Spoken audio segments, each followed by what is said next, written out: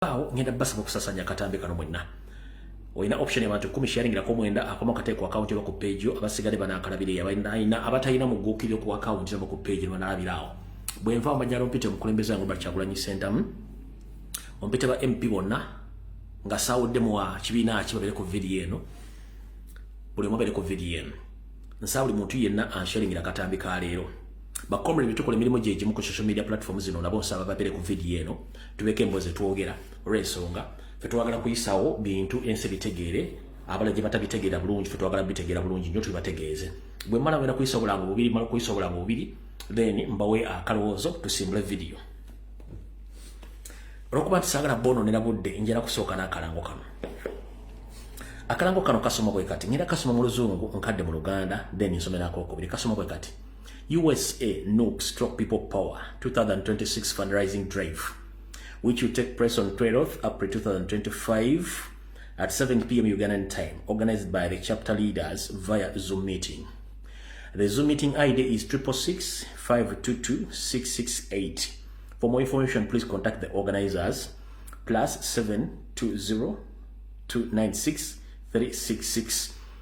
Ojja kubanga obafuna era bakubulira ddi naki ekyetagisa kakade mu Luganda abakulembeze bonna aba chapters ezenjawulo bakwasa bali mu diaspora bakutegeeza abakulembeddwamu abakulembeze abenkizo abawangira mu ggwanga lya Amerika bakutegeeza nti abakulembeze ba chapter abakulembera chapters zonna bali mu America abakulembera national platforms ako People Power bakutegeeza nti bagenda kubeera kusonda ensimbi ku mutimbagano ngenda kuzomwezi 20 ngenda kuzomwaka ngenda kuleyo kusonda ensimbi ezokudukanya campaigns omwaka ogujja gwa 2026 ono kujja kulengana kozomwezi 12 omwezi gw'okuna omwaka 2025 sazijja kubeera emu eyakawungezi ku ssaawa za Uganda bino byonna bitegekeddwa abakulembeze ba chapter okwetola ensi yonna naye nga bakulembeddwa mu America entula n'olugenda kubeera ku mutimbagano gwayita Zoom ng'ayagala okuyingirako okwegatta ku mutimbagano guno ojja kukozesa ebisumuluzo eby'ennamba zino wammanga 6 3 5 okumanya bisinga ojjaba kuba ku simu yaabwe eyo mu ngalo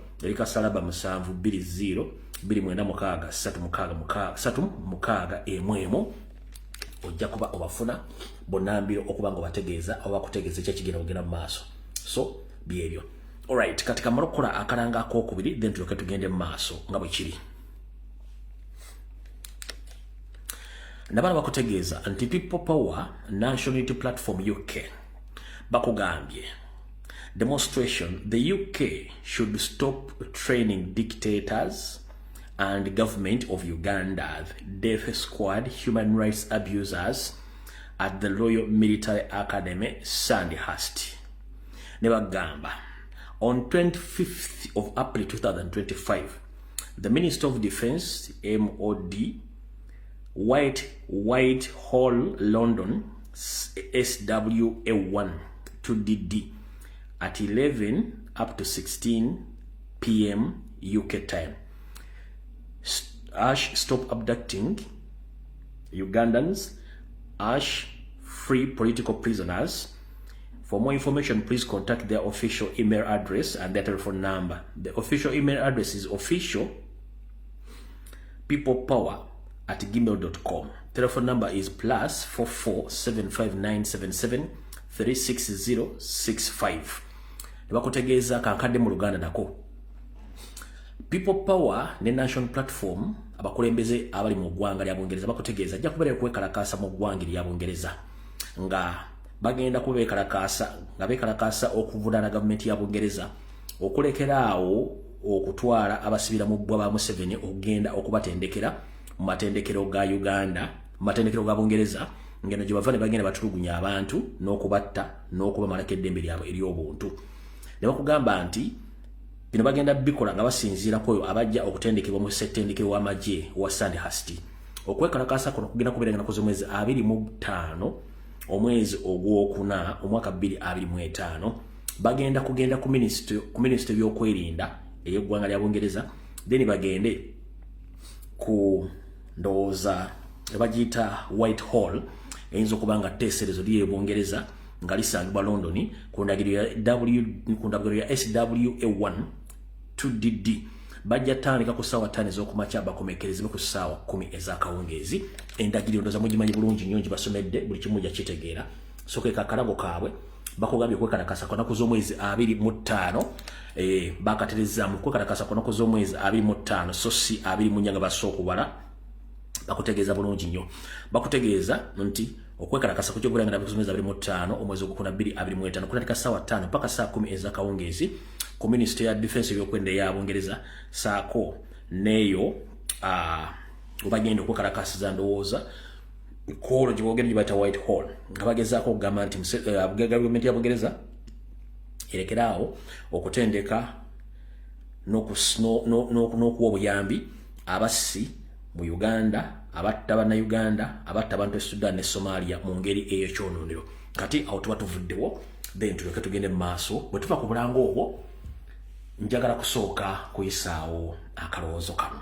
njagala akalowoozo kalero kano buli muntu kamutwale gyali okawulirize bulungi nnyo akalowoozo kano njagala mukawulirize bulungi nnyo tulina engombe egamba nti totta kibe wattu nga tonnakikenya ndusu mugenda okujja akalowoozo kano totta kibe nga tonnakikenya ndusu lwaki totta kibe nga tonnakikenya ndusu ebigambo ebisinga obungi ntera nnyo byogera obusungu obwettumbizi bubi nnyo buyinza okukozesa ensobi nga wandibadde togikoze ne wejjusa oluvannyuma kati mu nkola ya totta kibe nga tonnakikenya ndusu ebiseera ebisinga bw'oyanguyira nnyo ekintu ate tofuna makulu gaakyo tukola ensobi mu kwogera mu butakola naye nga gwazikoze oyinza obutaziraba wabula bw'ozikozeeko bakola ki be baziraba kati bw'ozikozeeko abamu basirika abamu tebasirika era abamu boogera abamu ne balivenjinga n'okulivenjinga oba okuza olutabaalo bakuddukudize nga gwalwaddiza naye ng'ate era tuga nti ezenkanankana n'ebisikite zaaka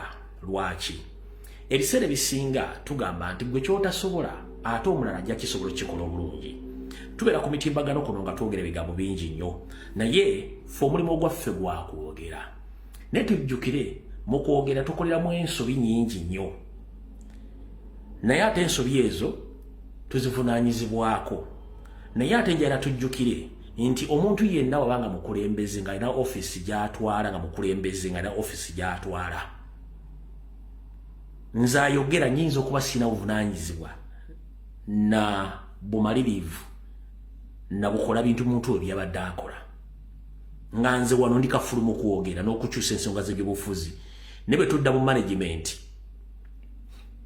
management nga kizibu nnyo gwe okukwasa ofiisi eyo ayogera ku mutimbagano managinga ofiisi eyo tekiba kyangu nnyo so njagala weesabire ekintu oba okikoleko solution oba okikoleko attack ng'omanyi nti you can afford it oba you can manage it njala tuyigemu bintu bingi nnyo n'ekirala mu nkola ya Museveni eya divide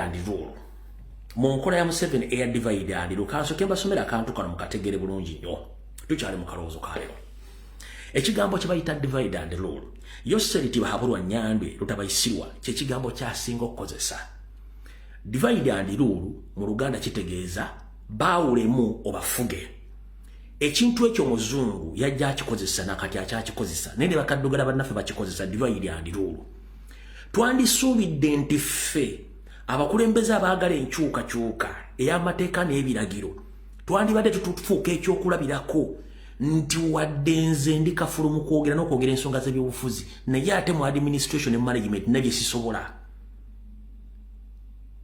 mu management nina kye sisobola kati saagala kulengeza oyo akikola bw'aba takoze ensobi mu management eyo twandibadde tubaako we tukoma mu system ya divide ano Museveni muno mwatinga okuzannyira omuzannyo bulungi akusetinga ne wekuba ggoolo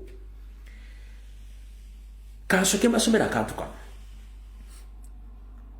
ekigambo kye bayita divide and rule yenkola engenderere ey'okukuumira abantu yenkola engenderere bafuzi abasibira mu bbwa gye basigaza okukozesa mu buyinza bwabwe okuleetawo enjawukana wakati mu bantu ekivirako abantu abo okufuna obutakwatagana bwe batakwatagana kitegeeza nti yo omulabe waabwe aba afunye kyayagala oba munfuna tukyali mu kalowoozo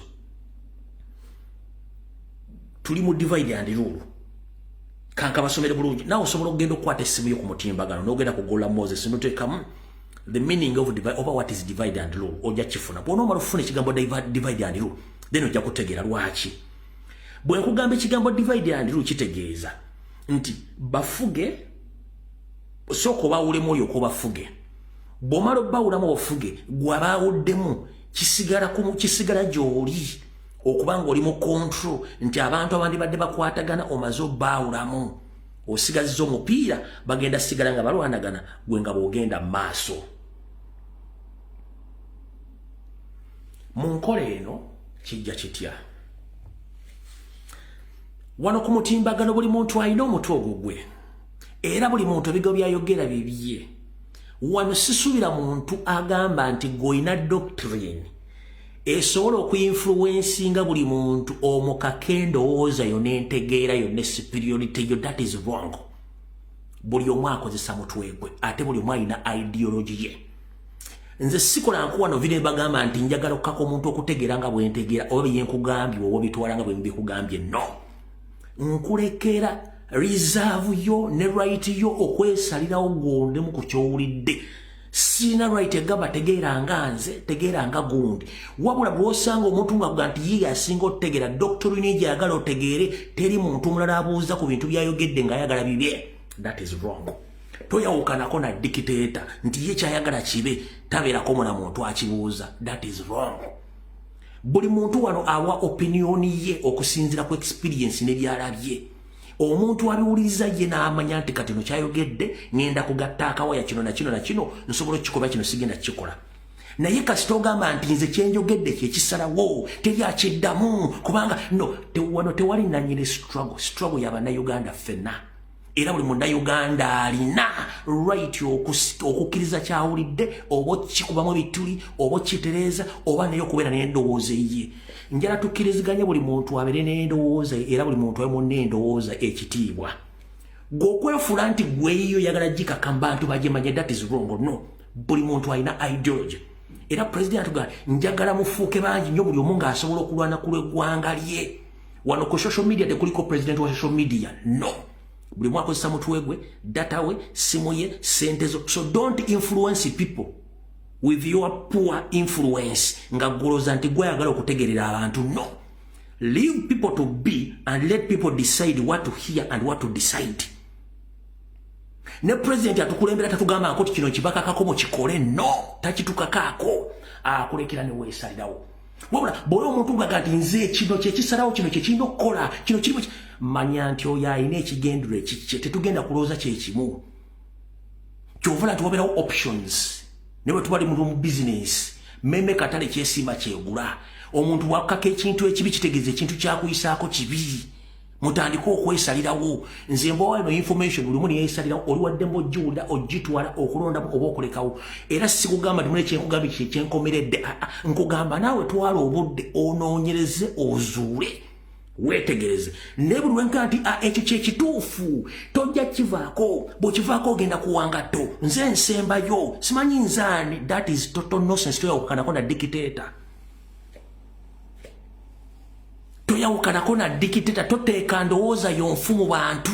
Wendowooza yo tambula ogende na buli muntu muleka wendowooza ye. Kyekitwawuza emitwe n'okutegeera. Ompulira bulungi nnyo. Kyekitwawuza emitwe n'okutegeera. Naye baga nti ate gwe nze nsinga nze njogera kyensalo. No, that is poor reasoning capacity. Kati mukigula lugi njagala tuyige nti nze bwe mbanga njogera gwe gwakwogera. I don't decide on management. No, kubanga nze kati sigenda kudda mbiri sisobola ganti kati nze ngenda okudda mbibigere bya secretary general zifu kuba secretary y'intu tasobola kukola kyenkola. Buli muntu master mu kyakola. Ate waliwo abakola decision making.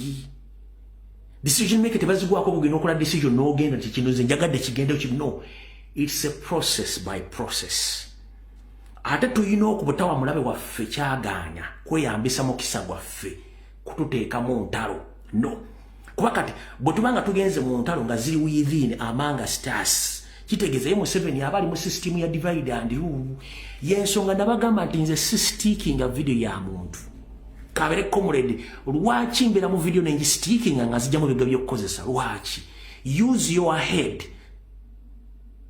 as you preach the gospel of change, not your ideology, because your ideology can't work.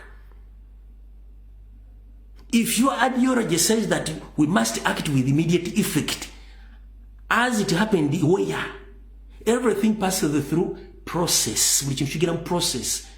Olia, buli muntu alina field gy'akola mu kino kye mbagamba nti njagala buli muntu bw'oba okola ekintu kikole n'omutima gwo, ate n'abantu abawe time balowooze bamanye biki ebyokkola. Ompulira bulungi nnyo, ekyo bwe tunaa tumaze kiyiga tujja kuwa respect. Ne bw'osanga omuntu nga buli video y'omuntu agisitiikingamu yajjamu bigambo, kitegeeza nti talina byakkola era ne byayogera tabikakatako tabimanyi.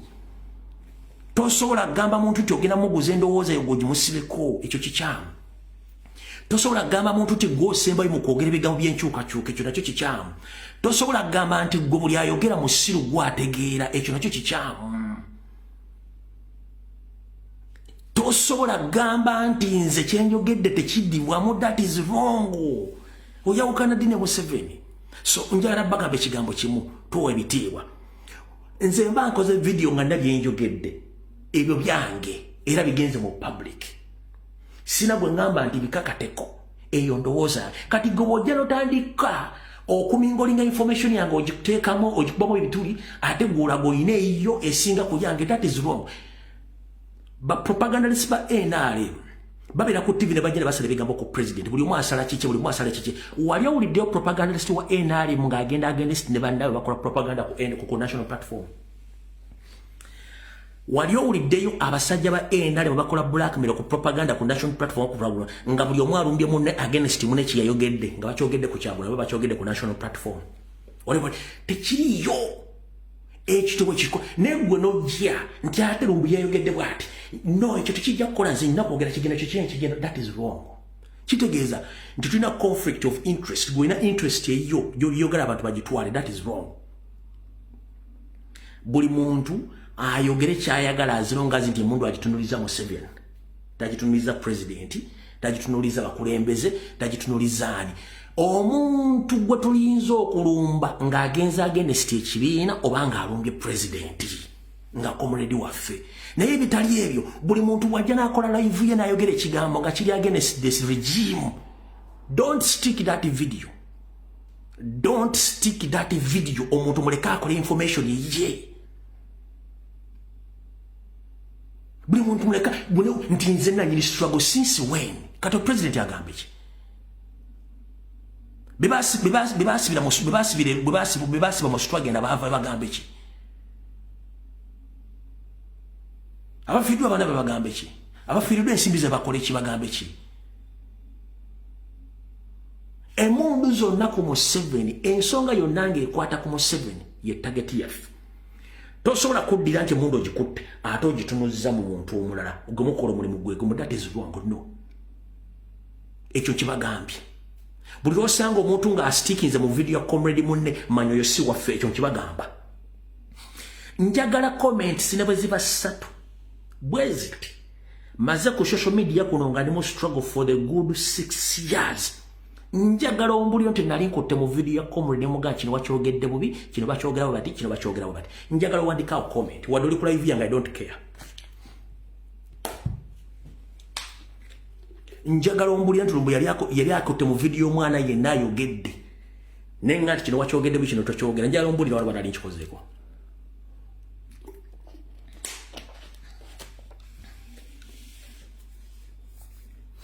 Wandika ntugende basi kuba tuli mu bwangu njaga tukyali mu kalowoozo.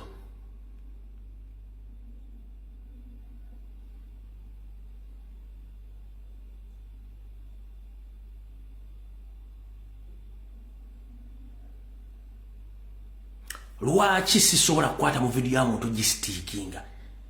Sinze muwa information, sinze nyine essimu ye, sinze mugulira data, ate sinze namuyita mu struggle yajjanga yeso. Tewali ngeri gyenyiza mukwata mu nsobi ne muga nti kino wakyogedde bubi ng'ate akiraza Museveni. No, that is wrong. Sisobola kikola. Ffenna kye twandibadde tukola. That nonsense must stop. Buli muntu yeetegeerera. Kekabadde akalowoozo ka leero, njala tugenda ku video tuleese. Kansabe nti omukulembeze waffe atuuse bulungi nnyo. mu information yetu tuleke tugende maso na before ngati tunagenda maso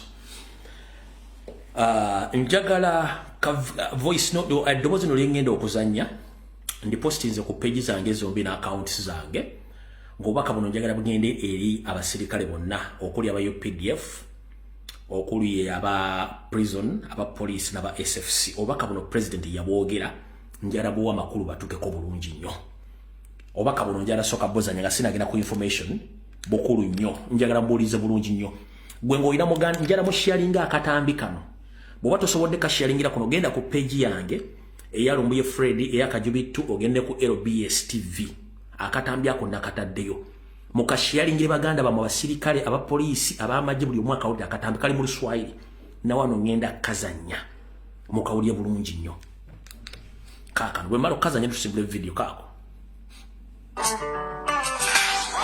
Wananchi wenzangu, mabibi na mabwana, jina langu ni Chagulanyi Sentamu Robert aka Bobby Wine, kiongozi wa National Unity Platform na People Power Movement. Na washukuru zaidi kwa kila kitu mnachofanya kujenga taifa letu Uganda. Leo nataka kuzungumza kwa mara nyingine direct na walinzi wa taifa letu, wanajeshi wa UPDF, askari wa Uganda Police, wa Uganda Prisons and all security personnel. Ninaangazia hawa kwa sababu hawa mabibi na mabwana wametumika kukandamiza ndoto za watu wa Uganda, kuzuia watu wa Uganda kupata uhuru wao. Hawajui kwamba nao pia ni wafungwa kama sisi, na tena hao ni wafungwa kushinda sisi kabisa. Mara nyingi ninapokutana nao, hata baada ya kuniumiza kwa kupokea orders from above, wananiambia nizidi kuwapigania na nizidi kupigania taifa. Najua siku moja lazima watajiunga na wananchi, na hiyo itakuwa mwisho wa uongozi mbaya. Siku hizi maisha wanajeshi wetu ni matatizo kabisa. Hii ni baada tu ya uhalifu kwa kutumia bunduki na uwaji wa kinyama. Mashambulizi ya wanajeshi wetu Somalia yanatukumbusha mahangaiko ya wanajeshi wetu walio nje ya nchi. Nyote mnakumbuka katika manifesto yetu ya 2021, maslahi ya walinzi wetu tuliapa kipao mbele. Tuliweka wazi kwamba walinzi wetu hawezi kuwa wanapata mshahara duni kisha tunawatarajia wafanye kazi nzuri. Hii ni sababu tulielewa kwamba aliye na njaa ana hasira. Vurugu wanazotumia kwa wananchi ni kwa sababu wanakosa amani kazini. Ni aibu kabisa kupata kwamba wanajeshi wetu wanapata mishahara midogo sana, 380,000 kiwango cha $100, na tunawatarajia kununua vitu sehemu kila mtu anaponunua. Kama kawaida, General Museveni na wenzake walikuwa wanawaambia mjitolee, sacrifice. Wanapenda kutumia maneno makubwa makubwa kama uzalendo. Hii haingekuwa tatizo. Lakini je, wewe unayesema tujitolee, unajitolea? Wewe unasema wewe wazalendo, wewe ni mzalendo? Unatuambia tujitolee, ambapo wewe unatuibia mabilioni ya hela za ushuru. Unawaambia wawe wazalendo, lakini wewe unatuma watoto wako nje ya nchi kusoma kwa sababu umesambaratisha education system ya nchi. Unawaambia wajitolee, lakini umewaibia hela zao kujijengea majumba ya kifahari kwenye nchi na nje ya nchi. Unaambia hakuna hela, lakini angalia bajeti mpya. Mabilioni za hela zimepewa State House na Anita Mong na Thomas Taebwa. Wananchi wamekuwa wakishare picha za gazeti la New Vision kwenye mitandao, picha ambazo zinaeleza Speaker wa Parliament na deputy wake wanakula pesa za ushuru wa wananchi. Mnaweza kusema vipi hakuna pesa, lakini mna spend almost 2 billion shillings kwa siasa zenu, na zaidi ya 1 billion shillings kwa kula raha tu, zaidi ya bilioni 250 kwenye malazi na viatu, bilioni 9.6 kwenye usafiri wa kwenda nje, na zaidi ya bilioni 4 za kugawa tu. Na huu ni mfano mmoja tu wa extravagance ya Museveni na watu wake, na kisha mnasema eti hakuna pesa. Tuko serious kweli? Nimetembea nchi nzima na nimeona miserable housing conditions za wanajeshi na polisi wetu na hata za Kampala. Cha kushangaza, hii regime iko na uwezo wa kununua mabunduki mapya na gari za tiagasi mpya kuwakandamiza wananchi, lakini wanasema hawana pesa za kuamudu au ambao wanatumia hizo bunduki na tiagasi. Mnaposema hakuna pesa za kujenga mashule na hospitali za wajeshi na polisi, lakini kuna pesa za kununua Mercedes Benz za regime officials na kununua gari kama 3 au 4 za escort. Kwa hivyo, wacha kuambia wajitolee kama wewe unaishi maisha ya raha kwa pesa za ushuru. Wacha wewe. Sasa nchi yetu inashutumiwa kulipa nchi ya Kongo mabilioni ya madeni kulingana na International Court of Justice, kwa sababu kikundi cha senior officers wa Museveni waliiba mbao na gold na madini mengine kutoka Kongo wakiwatumia nyinyi wanajeshi. Walipokuwa wakijitajirisha, waliwaambia mujitolee, muendelee na vita. Wacha wewe. Tunaongelea hali ya kuboresha wanajeshi wetu, sio tu kwa sababu ya siasa. Hapana, tunasema hivyo kwa sababu tunajua inawezekana. Tuna mali ya kutosha kuwalipa vizuri na kuhakikisha maisha yao ikuwe sawa. Tuko na maswali mengi kuhusu classified budget, karibu trilioni 3 kila mwaka. Lakini je, hizo pesa zinafanya nini kweli? Kwa nini msitumie hizo pesa kujenga mashule na mahospitali na manyumba za wanajeshi na polisi wetu na familia zao? Ungeona tofauti kwa mwaka moja tu. Angalia bajeti ya mwaka ujao. Tunapochukua maneno na tweets za Army spokesperson, UPDF iko na wanajeshi kati ya 50,000 na 60,000. Hata kama wangekuwa wanajeshi 100,000, bajeti ya sasa inatosha kuboresha mishahara ya kila mwanajeshi wa rank ya private kufika milioni 1 kuanzia tarehe 1 Julai mwaka huu. Sasa hivi mshahara wa mwanajeshi wa UPDF wa rank ya private ni 385,000 kila mwezi. Hiyo inamaanisha private wa UPDF anapata milioni 4.6 kwa mwaka mzima. Bajeti ya mwaka ujao ya kuwalipa wanajeshi itakuwa bilioni 952. Kidogo tu ifike trilioni. Sasa kama UPDF ingekuwa na wanajeshi 60,000 na kila moja wao analipwa milioni 1 kila mwezi, tungebaki na bilioni 250 ya kuwaongezea mishahara au wa maranka makubwa. Kwa nini haifanyiki?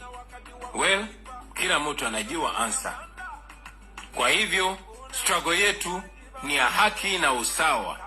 Tunataka kuwa na promotions za usawa, deployment za usawa na training opportunities za usawa. Hatutaki ubaguzi wa kabila na kilugha. Tunataka watoto wote wa walinzi wetu wapate masomo mazuri. Tunataka wake zao wapate matibabu bora kama wake za wale wanaowalinda. Tunataka jeshi yenye clear system ya kuingia na kutoka kama ilivyo katika nchi zingine. Kujiunga na jeshi haifai kuwa jela. Mtu awe na uwezo wa kujiunga na jeshi, aiserve muda fulani, halafu aendelee na mambo mengine, labda akitaka kujiongeza kijeshi. Na tuwape shukrani na retirement ya heshima. Haya yote yanawezekana tukiwa na government ya wananchi ambayo kazi yake ni ya kutumikia nchi na sio kukeep regime in power. Alo, Obaka Mbulide. Asante sana mkubwa raishi wa Uganda, His Excellency Robert Kyagulanyi Ssentamu. Na hiyo message nafikiri imefika kwa wapiganaji wote, kwa barracks zote. Wengine wako Kongo, wengine wako South Sudan, na wengine wako Somalia, na wengine wako kwa barracks zingine huko Uganda. Sasa hiyo ni message na ya raishi wetu alichaguliwa, raishi Robert Kyagulanyi Ssentamu aka Bobi Wine. Ashawaambia kila kila mserikali atapewa msala ya milioni 1 ya Uganda. Mwamuke, mnajua vizuri Museveni na familia yake wameiba kila kitu. Wameua kila mtu. Sasa time ni yenu. Hiyo message imepewa rais mwenyewe mlichaguliwa mwaka ya 2021. Sasa niyo ni message kale mubufunze omukulembeze abadagezako nnyo gamba ebyokwerinda nti bakola kinene nnyo okukuuma eggwanga naye ate basasula kitono ate nga ssente weziri ate nga tebajja kubeerawo mbeera yeemu nabo bakuuma nga bafuna ssente ntono nga ate amasomero mabi amalwaliro mabi buli kimu ate nga ssente weziri. Message mufunze gyabadde agezaako balaga katika video katandise mufunze ndowooza ebisigadde ngezezaako nnyo okubategeeza oluswali nange lumanyiiko olutonotono. Kati njala tandike. Manyi mwina mwagala ngende wali tujja kujjawo nnyo. Naye before nga tetunnagendawo kansooke nkugamba ebintu bino byetegereze bulungi nnyo. Njagala mubeere beegendereza nnyo era bakalaba ng'obwana bw'omusota. Bwe kava mu kisusunku kakola ki? Kaluma. Lwaki? Bwe tuva mu kalulu ka 2021 nga president amaze okukawangula. Bwe twava mu kalulu ka 2021 nga president amaze okukawangula. Kiki ekyaliwo abajjukira? Oba kansooke nkuvuge nkuzzeeyo mu kalulu konna akabadde mu Uganda nga ne social media tennabeerawo. Bwe twavanga mu kalulu nga balangidde nti Yoseri yawangudde n'ayaya politics nga akomaawo mpaka president bwe yajja ntufuna momenta mu social media ekoze ki etuuse. Akalulu bakatubba buli ayina social media platform babloga basinga obungi ne bazingako buli omu naddewo ne yeebaka. Nga buli muntu aweddemu amaanyi. Nasigaza omutimbule bagamba mulimba tujja kwogera ebyobufuzi mpaka kuwulira bubi. Nembeerawo okuva 2018, 2019, 2021 nakati olwaliro nkyaliwo. Abalaba batusanga mu kkubo. Kitegeeza ki? Kye twagala okulwanira tukimanyi. Kati gwe tosobola kunzija ku mulamwa eyalinyidde struggle ku Constitution Square ng'ogamba nti oyogera bingi oba okyusa abantu nti gwe otegeera nnyo. No, that is wrong. Ffenna tuyina obuvunaanyizibwa obumu ku struggle eno. Twekwata empola. Kati ekyo si ekikulu kyekiwa. Bokyanga tuva mu kalulu ka 2021 mukimanyi bulungi nnyo nti Uganda kati bagenze okutubala nga tuli obukadde 49 n'obutundutundu bugwamu. Si bwe kiri? Ya. Yoseri yasindika ekitongole kya Chieftains of Military Intelligence n'ekya ISO n'ebitongole birala okola kye tuyita ground survey oba intelligence ku byobufuzi ngeri gye bigenda okutambulamu omwaka guno ogwa 2026.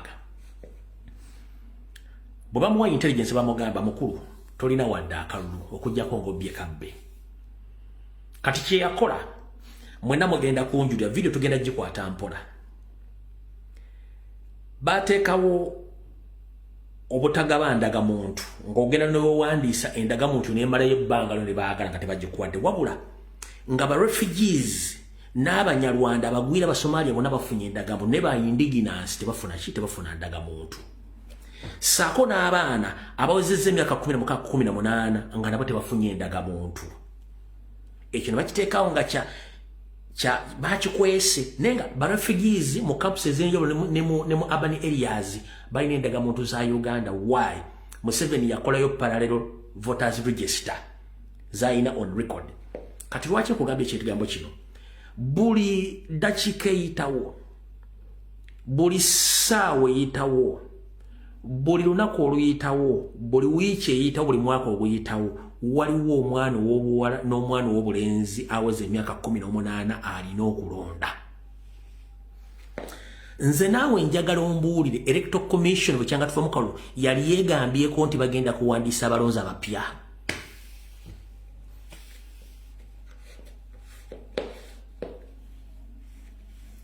Njagala onziremu bukyanga tuva mu kalulu ka 2021 Uganda Electoral Commission yali ewandiisizza abalonzi abapya Nkugee buli ddakiika eyitawo, essaawa eyitawo, olunaku oluyitawo, ewiiki eyitawo, omwezi guyitawo n'omwaka, waliwo omwana aweza omuyaka 18 baali bawandiisizaayo abalonzi abapya.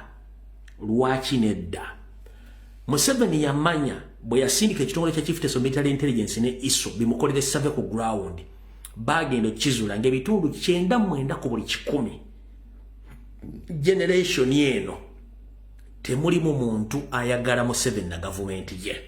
Museveni kiyakola na instructing electoral commission ne NIA agigamba temu omuntu wajjanga ali indigenous Uganda either muwandike mudirenge okufulumya nanga muntu ye. Electoral commission agigamba temuddamu kuwandiisa mulonzi yenna mupya ng'agenda kulonda mu Uganda. Njagala meba parliament yenna gyali yali agenzeeko mu parliament n'atebolinga n'abuuza electoral commission efuna ssente buli budget yawandiisaako abalonzi abapya. Lwaki nedda? Kubanga intelligence yalaga Museveni nti ebitundu 99 ku buli 100 abalonzi bonna abaagala okulonda tekuli ayagala Museveni wadde n'aka. Ne bwogenda mu masomero ga nursery, aga primary, aga secondary, aga institution ne university tekuli muntu asobola kulonda NRM taliyo. N'agamba okay. Teriyo kuwandiisa. Kati ekyo n'akiteekawo. Muze mukitegedde bulungi nnyo. Kati Mr. President njagala kuwa information eno then byokengere ku information gye baagala okuwulira. Kasubire nti otuuse banaakakusaliramu. Abadde bajja bangoberera emyaka gyonna nzize mbabuulira biki ebifa mu bantu bano kiki bapulaninga. Olw'ennaku z'omwezi 11 omwezi ogwokuna omwaka 2025 mu mpulirize bulungi eno ye pulaani ya Museveni empya. Wabula egenda kusawundingirako nti wali ogiwuliddeko. Egenda kusawundingirako nti wali ogiwuliddeko neewuliriza bulungi nnyo. Okusinziira ku programu ya Museveni empya gye basaze okukkiriziganya nayo mu mpulirize bulungi gye bagambye nti babadde bagezaako nnyo mbu bakyuse constitution balonde mu parliament ne tebali certain nti bwe bagenda mu kalulu ka parliamentary Museveni ayinza okukawangula nako. Mpuliriza tebali certain nti ne bakyusa constitution bagamba nti kulonda mu parliament yegera okulonda president. Tebali certain nti n'akalu ka parliament nga Museveni tali ku ballot paper basobola okukawangula. Ekyo bakipozinze. Bagambye batya. Bagambye bagenda kukola buli kisoboka kyonna muzeyizedde ensanga bisibe abere ku ballot paper. Mu kubeera ku ballot paper bagenda ku kibakola bagenda ku deployinga. Nenga tetugenda mu kalulu nti kalulu ka bulijjo bagenda kanyaga. They have confirmed they are going to rig the elections. Because they conclude, they said that they can't win Robert Kyagulanyi Center, but they're going to rig the elections thereafter. Buba controlling cloud. That's what they are planning. Ba confirming zakalu bagenda kaba. Ne bagenda kufuna engeri ba controlling mu cloud. Oba enkungana z'abantu abanavayo kwekalakasa. Bino mwa bipya. Oluvannyuma lw'okukaba bagenda kukola kye baali bakozeeko. Luli bagamba nti obulo obuvudde mu Kampala tebaabubala. Kati enteekateeka yaabwe eri bweti. Bapulaninga bayinza okulangirira ba MP abavudde mu Buganda ne batalangirira ebivudde mu kulonda kwa president. Nga bakola mu Kampala eyo program bagina. Wabula wulire ekiddako. Bagambye nti oluvannyuma lw'okulonda okubba akalulu. Akakalulu akajja. Ne bateekawo emiziziko gyonna gye baagala okuteekawo kubanga batuma program ya Katonda pa program ya Kyagulanyi program ya People Power Perfect Protest Vote. Museveni agenda kukola kyonna ekisoboka atufugire mu bugubi. Naye mu kutufugira mu bugubi olumala okulonda bamulapabazo mulangira nti alayidde agenda kulonda Daily Drinking General nga vice president we. Lwaki bamaze okukola survey nti Didigi ne Pirawuli ne bajja okwesimbawo bokka era tebasobola Kyagulanyi. Didigi ne bagamba nti go balese ku ballot paper ne balaks zonna ziyinza okulonda Kyagulanyi ebitundu 10 ku 10 kati tebasobola mukkiriza genda mu kalulu. Eyo ne survey bagifunye bulungi nnyo. Kati nga option eno gye balinawo yakuteekawo ono muzeyizedde bamubbira akalulu bateekewo ensasagge mbwalayire olumala okulayira alonde Didigi. Ki ekimulondesa Didigi okuba vice president? bw'amala okubba akalulu bulungi nnyo ne bamulangira n'alayira mu by'ekimpukumpuku by'ekiyaayo alonde kabine empya alonderewo Didigi ng'amumyuka. Oluvannyuma lw'omwaka gumu mu nfuga gy'amanyi tegenda kubeera yakafuweeke mu buyinza, yosseerera okuba nti yayiikadde amadinisa agenda bagamba nze amaanyi gankeeye ngenze kuwummulamu. Ssemateeka nga bw'agamba nti amyuka pulezidenti atwala obuyinza with immediate effect, era Didigi kati ye pulezidenti afuga eggwanga lino olw'okuba nti ono ye ajja kubanga agenda nti amaanyi gankeeye entebe agirekedde Dere Drinking General. Mukwate ebintu bino, eno video ya lero mugirikodinge bulungi nnyo, ompulya bulungi nnyo. Kati mu process eno kansoke mbazzeeyo emabega awo musimbe wakati ku kyembasomedde ekisooka. Mu process kansoke mbazzeeyo emabega. Didigi currently ye CDF. Currently aina powers ezironda abasirikale ku level yonna ezamuwebwa naye nga zimenya mateeka. Ekimu ekyamuwensa powers okulonda abasirikale, buli musirikale gwalonda mweno information gyenta kati yemubale temujja kufuna wantu wala wonna be bantu Didigi bagenda okukola nabo nga muzeyizedde amaze okulira zayininga nga president nga ye ono vice president taking over, bale babeera mu police mu magye abagenda okwogera government ye n'okukola ebikolobero byonna nga bwabyagala. Kati nsose nenkutwala mu maaso ku information yene eriwo nenkugamba vuga obwongo obuzzeeyo ku Didigi gye bamuwamu obuyinza obwa pointing abantu. Njagala okukwasaganya message eno information ogire bulungi nnyo, opule bulungi nnyo. Nkututte maaso nenkubulya kye bagenda okukola.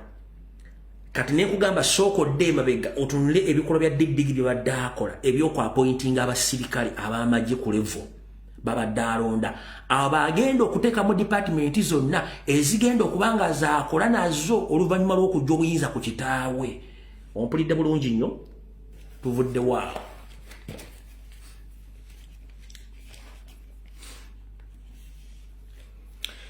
Gye mujjako katono bw'owulira nti Dere Drinking General bamujje ku bwa CDF mu position ya CDF ne bapointinga CDF omupya, manya kyenkugamba kitandise okukola. Mpuliriza bulungi. Nganze bwendi naddibanga ebigambo bino mbyogera bayinza okukyusamu oba be implementing nga bataddewo diversion bajja ku mulamwa. Nkikugambye very soon you will witness that Museveni has appointed a new CDF. Ompulya bulungi nnyo.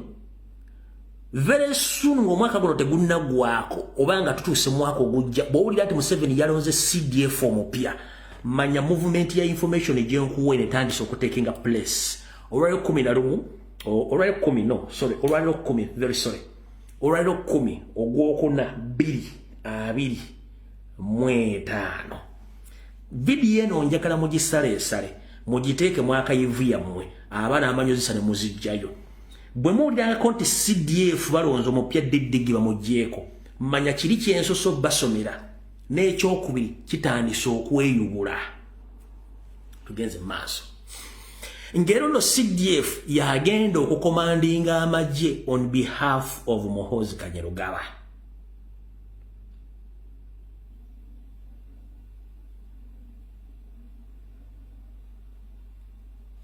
Mukira otisiza bulungi. Kati mumpulire. Bino messenjera mugisindikire baganda bamomo n'abali mu magye ne ba ministers. Mu mbeera eyo ba high ranking UPDF officers ne ba ministers be bamaze okukolako intelligence ne survey tebakkiriziganya na Didigi. Bayina options bbiri. One, waliwo okubagoba mu offices oba okuba eliminating one by one. Those are two options. Mumpulire bulungi.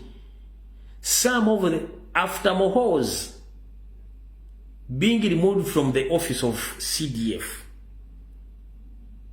and currently he will start to dismiss the high-ranking UPDF officers and some ministers who don't believe in him, because they have already organized or they have collected enough intelligence that among the ministers and among the some high-ranking UPD officers, they are against him. Muhoozi's what?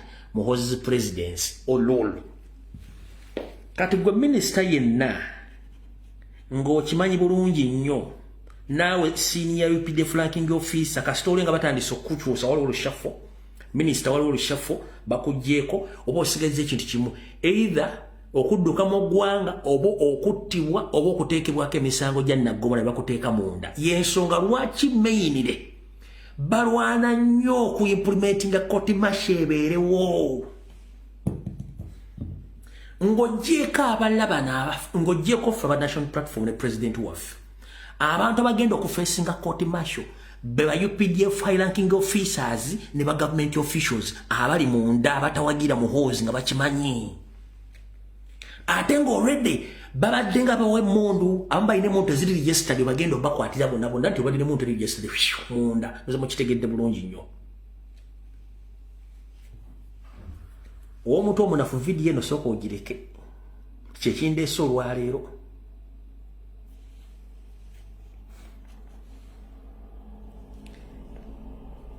Ba high ranking officers mu UPDF abatakkirizigana Muhoozi bagenda kugobwa bulaba bagenda kuttibwa. Ba minister n'abala bakola mu offices ez'enjawulo abatakkirizigana Muhoozi babakola ko intelligence bagenda kukyusibwa abamu bagenda kuttibwa abala bagenda kutwala mu military court. Y'ensonga lwaki balemedde nnyo koti masho ebeerewo. Ekyo mukitegedde bulungi nnyo. Nga bwe mbagambye wali nti DDG already yatandise dda okujjuza ebifo bye mu strategic ministries, UPDF offices, yatandise dda okwapointing abantu be nga bateekamu mpolampola abatali mu ssaako ye bayagala. Atandise obbadimotinga abalala batandise obbajjawo mpolampola babatta kimu kinna kimu. Kati wano abatategedde kakodyo kano wenjagala mutegeere bwe tugatta abasirikale njagala okwate calculator. Abasirikale abasooka okufa e South Sudan bali abasirikale 500. Kwata calculator. E South Sudan abafu batole bali 5. E Congo basooka batayo olukaaga 7 wiiki eno yennyini ng'etandika ku Saturday oba ku Friday e Congo bayongera ne battayo abasirikale 600. We twogerera nga njogera ebigambo bino abasirikale bannayuganda bannakabala mu ggwanga lya Congo n'erya Uganda bakafa abasirikale 1,773 bonna ba indigenous. Tekuliko gamba nogo, tekuliko wakabano, tekuliko chi. Abasirikale bava mu Buganda, abala bava mu East, abala bava mu North, yonna combined together. Be basirikale 1,773 deliberately babatta bakimanyi. Abali ku bisago tebamanyikiddwa muwendo. Ndoza mukitegedde bulungi nnyo. Bino bye mbagamba muwuliranga Katembo basinema naye gyebiri era mujja bbira bwe muti omugamba nti bye twogera tebiriiyo ne bituukirira kati mutegedde. Kale nti abasirikale bonna abakafu batajja bali 1,773 abakattibwa. Bonna ba indigenous. Naye ng'ekisinga okutiibwa abaana bano bafudde tebafunye misaala babanja. Kuna tetugasseeko bali Somalia abafiirayo. bitubagasseeko kati ndowooza otegedde bulungi nnyo bw'omala otegera ebigambo ebyo ne tulyoka tudda ku nkola entuufu ey'akalulu nga bwe kagenda okubeera kati njala tusooke tuterere bulungi nnyo otegere bulungi nnyo bannyabo ne bassebo mwenna bannayuganda gye muli buno obubaka njala mubufune bulungi nnyo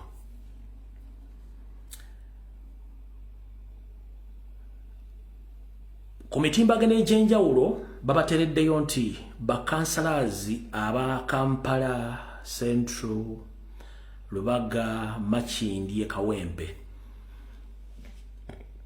bakansala bano bali mu 10 bayitirivu nnyo kamala okulaba wano basobola okufuna details zaabwe sigenda basoma naye njala kuyita njala kubalaga bulazi namba yokka bakansala bano bobale namba yaabwe ndoza bakansala bawera ndoza ne bayinza okuba bawere 10 bakansala bano bonna bagenda basinkana Museveni ne Sali Musale buli omu yafuna wakati wa miliyoni 2.3 buli kansala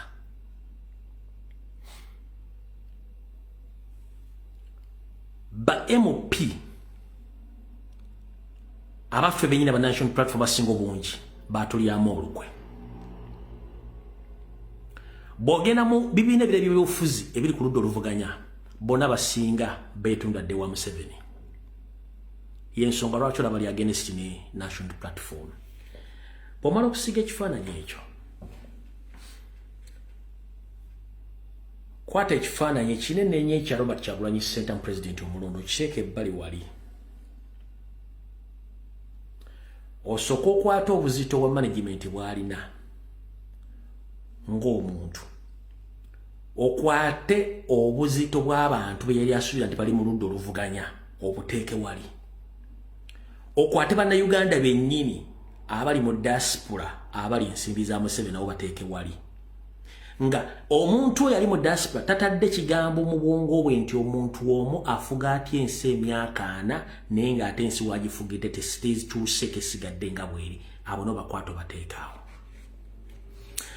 then okwate Lord ya Blackmail propaganda malis wamutaddeko emyaka gino gyonna omugatte wali omuteekeko bw'ovaawo omuteekeko entalo z'embagambi z'abadde alwana silently nga tezizze mu public wano wenjagala obbagambira comrade yenna ali awo ng'okola video nga bwenzikola before nga tonnatinkula lutalo sooka weebuuze Robert Kyagulanyi Ssentamu asobodde atya okukola mu myaka gino emitono ennyo ena n'abeera ng'ali successful nnyo mu kuteekawo ekibiina kya National Platform n'azimba headquarter n'asigala nga management agikutte naye nga eyo muli obugulumbo bubeera yeeye ebigambo tebibula ebigambo n'asigala nga handolinze management ye bulungi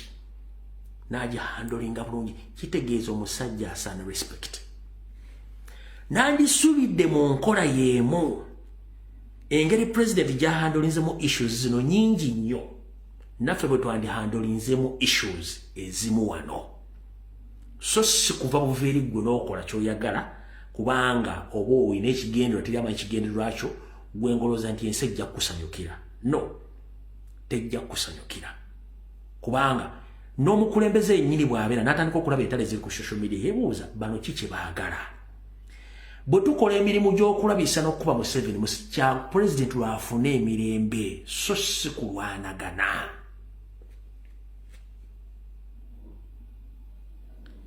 bwe tukola entalo ku Museveni ku bantu bonna abakyamu bali mu gavumenti president lwafuna emirembe n'abeera relieved ne bwe tukola naffe tuleeta entalo tuzitera ku social media nga ziri within tubanga abakolya Museveni mu system ya divide and rule kyembagamba tuba tukolya mu system ya divide nga tuleeta entalo ku ntalo after ntalo omusajja tumuggyeko loodi yemu tugisigaze nga tugimanaginga bulungi focus ebere ku Museveni n'abamukolera focus ebere ku Museveni n'abamukolera Lwaki President yandibadde yavaawo dda ne Kagabo. Lwaki yeesonyiwa Kagabo n'amuleka? President yandibadde yavaawo dda n'embwateka mu w'entebe n'amuleka n'amuyiga wali. President yandibadde yavaawo dda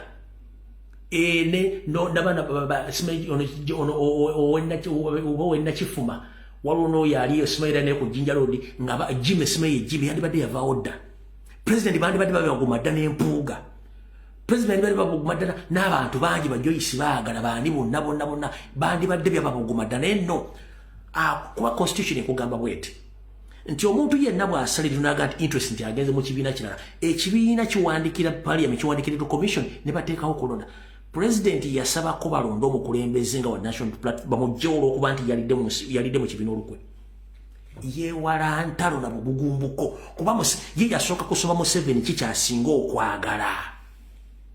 Museveni kyasinga okwagala kiba kiyita divide and rule ye waafunira. Kati bw'otamuwa divide and rule chance eyo omukoze bubi. Oba omukoze bubi nnyo era abatakola. Kyenjagala obategeeza.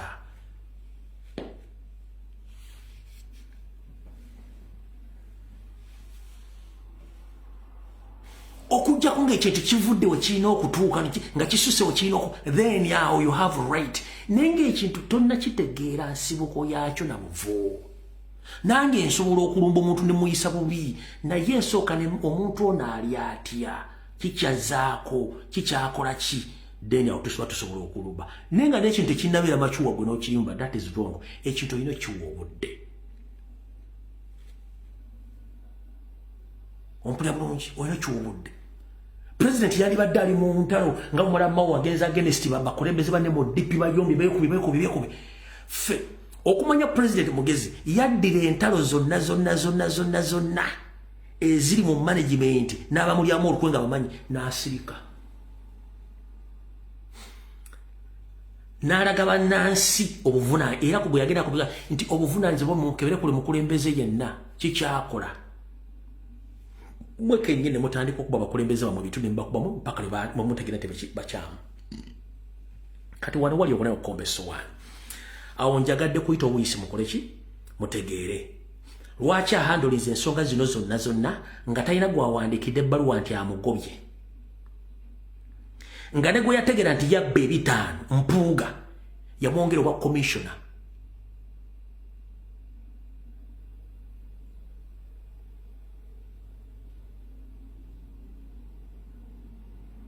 Mulishafu n'amuggyako n'agaanirako. Yagendako mu high court okuwaaba. No. Yagamba no. Let it be like that. Kibeerewo ensi etegeere. Okitegeera bw'ate bw'akwata ensonga ze. Njagala tumuwa obudde obumala yeewooze. Tetumuteeka ku pressure. Kubanga alina ebyokukola bingi. In fact kansooke nkikusomese. Ye lwaki nkikusomesa nga waliwo akyogedde wano. Njagala ulize eddoboozi lyo lya comrade nga sinagenda mwagala. Njagala ulize eddoboozi lyo lya comrade bulungi nnyo. Bino bigambo si byange. Comrade obulamu bugamba kizze Fred gye baleko oli oti eyo emirimu gigamba gitya ansobera oli bulungi muganda wange. Kakati omanyi buli mwaka banyala myaka 5 Museveni abaka ekintu kyakola ekivunza ababaka abafu baagala naye baveewo. Kati omwaka guno gw'ekisanja kino yaleeseyo ekya ssente zino bukadde 10 luli abawa 25 luli abawa 29 kaleeseyo zino.